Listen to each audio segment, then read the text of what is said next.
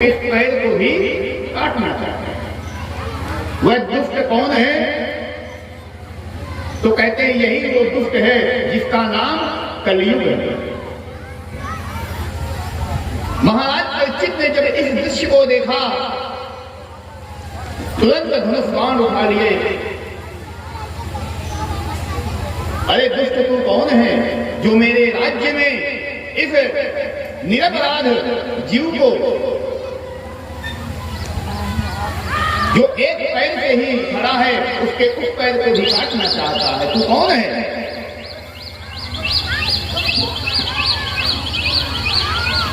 तो वह जो काला व्यक्ति था वो कहता महाराज मैं कलयुग हूं। महाराज परीक्षित कहते हैं तेरी हिम्मत कैसे हुई मेरे राज्य में आने की? तू मेरा राज्य छोड़ करके चला जा।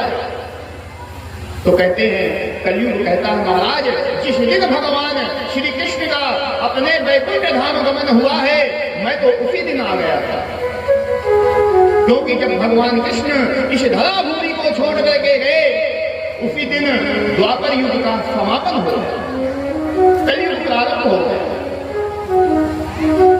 महाराज परीक्षित कहते हैं मैं तुझे यहां नहीं रहेगा।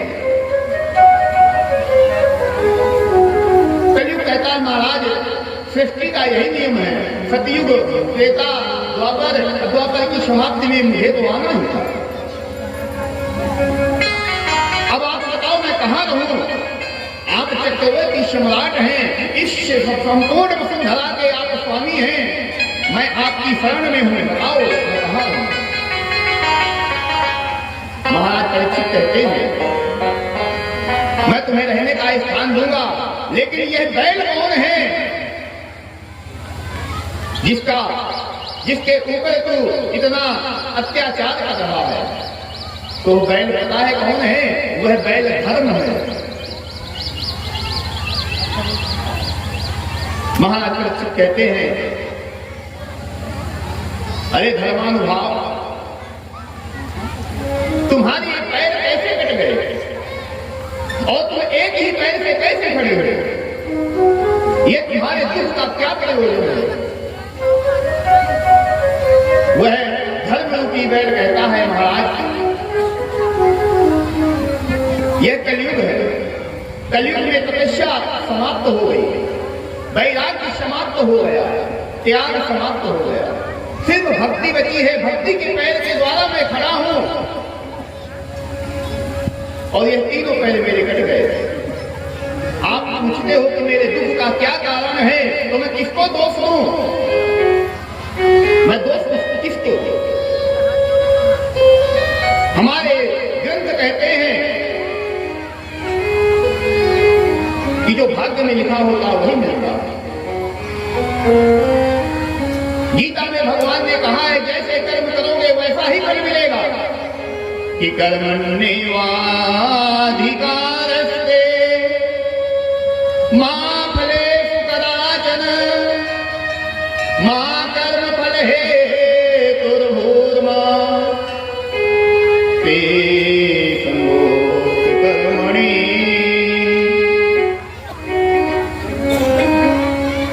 तो मैं दोष किसको दूं? अपने कर्म को दोष दूं कि मैं अपने भाग्य को दोष दूं?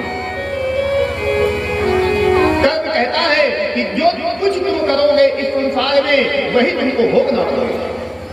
कि कर्म प्रधान ईश्वर चिरा, कर्म प्रधान ईश्वर चिरा, कर्म प्रधान ईश्वर चिरा, कर्म प्रधान ईश्वर चिरा,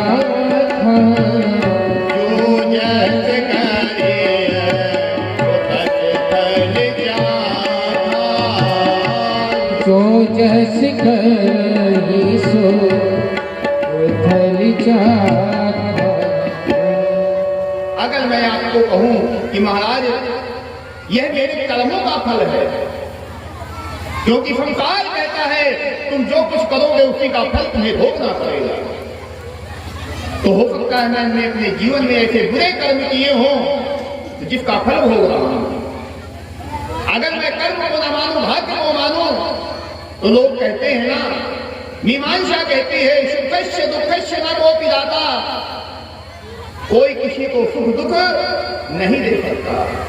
कि काहो न को सुख दुख कर दाता, काहो न को सुख दुख कर दाता, निज कृत कर्म भोगे शब भ्राता, निज कृत कर्म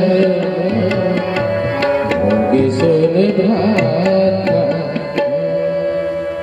कोई किसी को सुख दुख नहीं दे सकता। अगर मैं भाग्य को दोष दूं तो मैं कैसे दूं? एक बात मुझे समझ में आती है, कहते हैं गीता में आया है कि यह जो आत्मा होती है ये तो सुख और दुख से परे है। आंख अगर समाप्त हो जाती है तो क्या मैं खत्म हो जाता हूं? नहीं खत्म होता। हाथ पैर कट जाते हैं तो क्या मैं मर जाता हूं? नहीं मरता। तरह के क्लेश इस शरीर में होते हैं तो क्या हमारी मृत्यु हो जाती है? कहते हैं तब भी मैं नहीं रहता। मैं तो निशुद्ध निर्लिप्त शुद्धात्मा हूं जो सुख और दुख दोनों से परे है। तो मैं दोष किसको दूं? कि नैनम छिन्दन्ति शस्त्राणि नैनम दहति पावकः अन्नाचैनं क्लेदयन्त्यातो नाशोकयति मारुतः।